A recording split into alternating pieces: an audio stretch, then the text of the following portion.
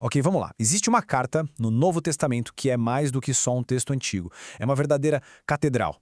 Uma catedral de doutrina. Eu estou falando da Epístola de Paulo aos Romanos, um dos documentos mais influentes da história.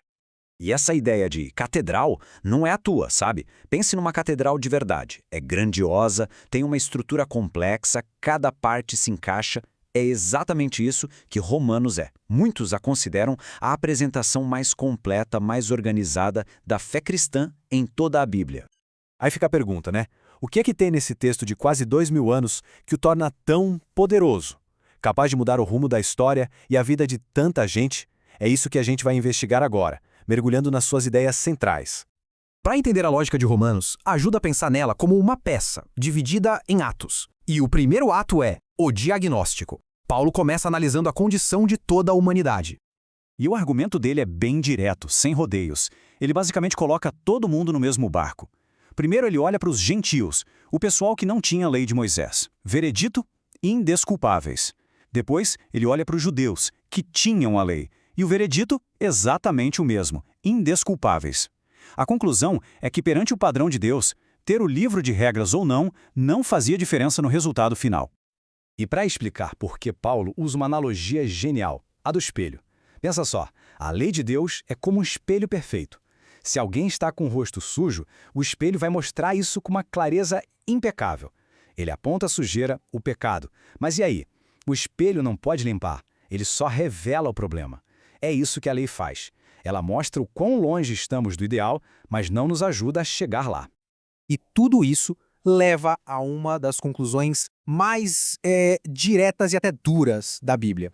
A frase que resume o diagnóstico de Paulo é essa aí. É um beco sem saída. Por conta própria, por esforço próprio, a humanidade inteira está no mesmo impasse. O cenário parece bem sombrio, né? Um beco sem saída. Fim da linha. Mas é bem nesse ponto, no clímax da tensão, que Paulo introduz duas palavrinhas que mudam absolutamente tudo. Mas agora, essa é a grande virada da carta. A gente sai do problema e começa a olhar para a solução. E com isso, a gente entra no segundo ato, a revelação. Depois de apresentar o problema, Paulo agora vai revelar a solução de Deus. Uma solução que, e isso é o ponto-chave, não depende nem um pouco do nosso esforço. A palavra-chave aqui é justificação. E para entender isso, a gente precisa pensar como um advogado. É um termo do mundo jurídico. Imagina um tribunal. O juiz bate o martelo e declara o réu justo. A grande virada, a ideia revolucionária aqui, é que esse veredito não tem nada a ver com o que a pessoa fez ou deixou de fazer. Não é algo que se conquista, é um presente, um dom. Ok, mas como isso acontece? A teologia chama isso de justiça imputada, e essa analogia de uma conta bancária ajuda muito a entender. É como se a gente tivesse uma conta zerada, ou melhor, super negativa por causa dos nossos erros. Aí, a justiça perfeita de Cristo é transferida, creditada na nossa conta. É uma transação divina. Não é uma justiça produzida por nós, é uma justiça recebida. Essa frase aqui resume a ideia toda, né? Gratuitamente, por sua graça, pela redenção que há em Cristo. E para provar que essa ideia não é uma novidade, Paulo volta lá no Antigo Testamento e usa o exemplo de Abraão. Abraão foi considerado justo muito antes da lei existir. E por quê? Simplesmente porque ele acreditou na promessa de Deus. A fé sempre foi o caminho. Certo, isso nos leva ao terceiro e último ato, as ramificações. A pergunta agora é, e daí? Se uma pessoa é declarada justa, de graça, o que muda na prática? Como essa pessoa vive a partir de agora? E aqui vem a pergunta de $1 milhão, né? A objeção mais óbvia que alguém poderia fazer. Peraí, se é tudo de graça, se o perdão está garantido, então eu ganhei uma licença para pecar, posso fazer o que eu quiser? Paulo sabia que essa pergunta viria. E a resposta dele é categórica. De modo nenhum. Bem sonoro. E aqui está a diferença que muda tudo. A justificação não é uma liberdade para pecar. É uma liberdade do poder do pecado. É como ser libertado da prisão. Não se sai livre para voltar para a cadeia. Se sai livre para viver uma vida nova. Só que essa vida nova não é um passo de mágica que acaba com todos os problemas.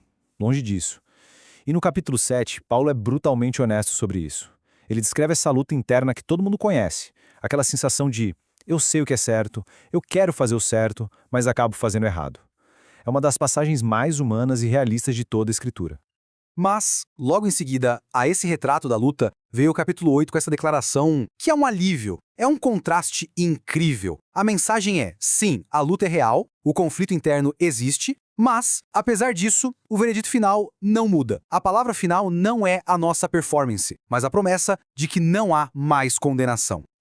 Então, depois de construir toda essa arquitetura teológica, a partir do capítulo 12, Paulo começa a colocar os móveis dentro da casa. Ele vai mostrar como toda essa doutrina grandiosa se parece no dia a dia, como ela funciona na vida real.